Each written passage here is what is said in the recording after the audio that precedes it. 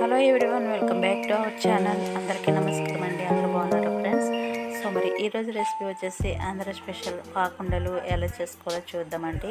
మరి గోదావరి జిల్లాలో ఈ పాకుండలు అయితే చాలా స్పెషల్గా చేసుకుంటారు ఫెస్టివల్స్కి. సో మరి వీడియోని అయితే లైక్ చేయండి ఫ్రెండ్స్. ఈ పాకుండలు చేసుకోవడానికి బియ్యం పిండిని అయితే పట్టించుకోవాలి. అంటే నైట్ అంతా, ఓవర్ నైట్ అంతా కూడా రైస్ నానబెట్టేసుకుని మార్నింగే వాటిని వార్చుకోవాలి. నీళ్ళు వాడిపోయిన తర్వాత పిండి పట్టించేసుకొని పిండి ఆరిపోకముందే మనం పాకం అయితే పట్టేసుకోవాలన్నమాట. 3 కేజీల బియ్యానికి 2 కిలోల బెల్లం అయితే తీసుకోవాలి. బెల్లం అయితే ఇలా పాకం పట్టుకోవాలి. కొద్దిగా వాటర్ యాడ్ చేసుకుని బెల్లం దగ్గర అయ్యే వరకు కూడా పాకం పట్టుకోవాలి. ఉండపాకం వచ్చే వరకు కూడా ఇలా బాగా మరగబెట్టుకుంటే మనకి పాకం మంచిగా రెడీ అవుతుంది. మనం 3 కేజీలు బియ్యం పట్టించుకుని 2 కిలోల బెల్లం తీసుకుంటే సరిపోతుంది. పిండి కొంచెము ఎక్కువ పెట్టుకోవాలి, ఎందుకంటే పాకం కొంచెం లూజ్ అయిందంటే కనుక పిండి యాడ్ చేసుకోవడానికి బాగుంటుంది అనమాట. చూస్తారు కదా, ఇక్కడ పాకం అయితే ఆల్మోస్ట్ రెడీ అవుతుంది. మనకి ఇలా పాకం వచ్చిందో లేదనేసి ఇలా వాటర్లో వేసి చెక్ చేసుకోవాలి. ఇది మనం ఇలా తీసినప్పుడు ఉండ రావాలన్నమాట. ఇది ఇంకా రాలేదు. ఇంకొక 2 మినిట్స్ మరగనిస్తే మనకి పాకం అయితే రెడీ అయిపోతుంది. ఈ విధంగా చెక్ చేసుకుంటూ ఉండాలి. చూడండి, ఇంకొంచెం సేపు మనం స్టవ్ మీద ఉంచుకున్న తర్వాత ఈ విధంగా ఉండ అవ్వాలన్నమాట. పాకము ఈ విధంగా వస్తే సరిపోతుంది. ఈ టైంలో మనం స్టవ్ ఆపేసుకొని దీంట్లోకి నువ్వులు, అలాగే ఇలాచీ పౌడరు, ఇంకా టేస్ట్ కోసం నెయ్యి కూడా ఒక 3 టేబుల్ స్పూన్ల నెయ్యి కూడా వేసుకుంటే చాలా రుచిగా ఉంటాయన్నమాట. ఒకసారి కలుపుకొని గిన్నె అయితే ఇంకా కింద పెట్టుకొని కొద్దిగా పిండి వేసుకుంటూ, పిండి ఆరిపోనివ్వకూడదు, ఉండలు లేకుండా మొత్తం అంతా కూడా కలుపుకోవాలి.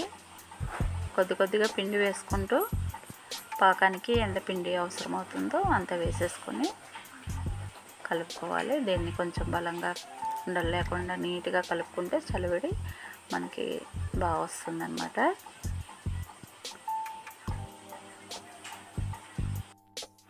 పిండి అంతా కూడా ఈ విధంగా కలుపుకోవాలి. ఇంక ఇది సరిపోయిందండి. ఈ విధంగా ఎలా వస్తే సరిపోతుంది. ఇప్పుడు దీంట్లోకి పిండి అంతా ఇలా కలుపుకున్న తర్వాత కొద్దిగా ఆయిల్ వేసుకుంటే ఆరిపోకుండా ఉంటుంది. పిండి అంతా కూడా ఈ విధంగా ఈవెన్గా స్ప్రెడ్ చేసుకుని దీనిపైన ఇలా ఆయిల్ వేసి పెట్టుకోవాలి.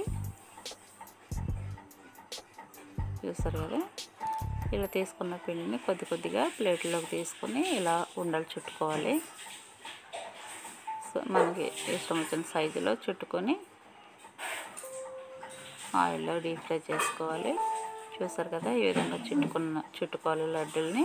వీటిని డీప్ ఫ్రై చేసుకోవాలి.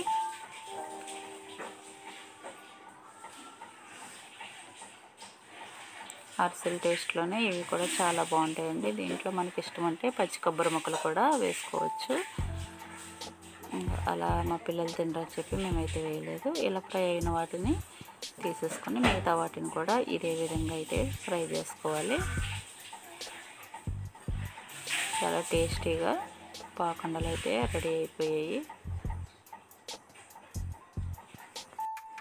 చూస్తారు కదండి, ఎంతో టేస్టీగా ఉండే పాకుండలు ఏ విధంగా చేసుకోవాలో. సూపర్ అంటే సూపర్, యమ్మీగా ఉంటాయి. సో మరి మీరు కూడా డెఫినెట్గా ట్రై చేయండి.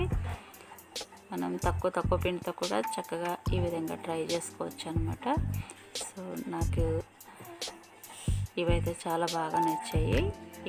ఈ రెసిపీ కనుక నచ్చితే వీడియోని లైక్ చేయండి, షేర్ చేయండి. అలాగే కొత్త వారు ఎవరైనా చూస్తుంటే ప్లీజ్ సబ్స్క్రైబ్ చేసుకొని మన ఛానల్ని అయితే సపోర్ట్ చేయండి ఫ్రెండ్స్. మరొక వీడియోతో మళ్ళీ కలుసుకుందాం. థ్యాంక్ యూ అండి. Thank you for watching.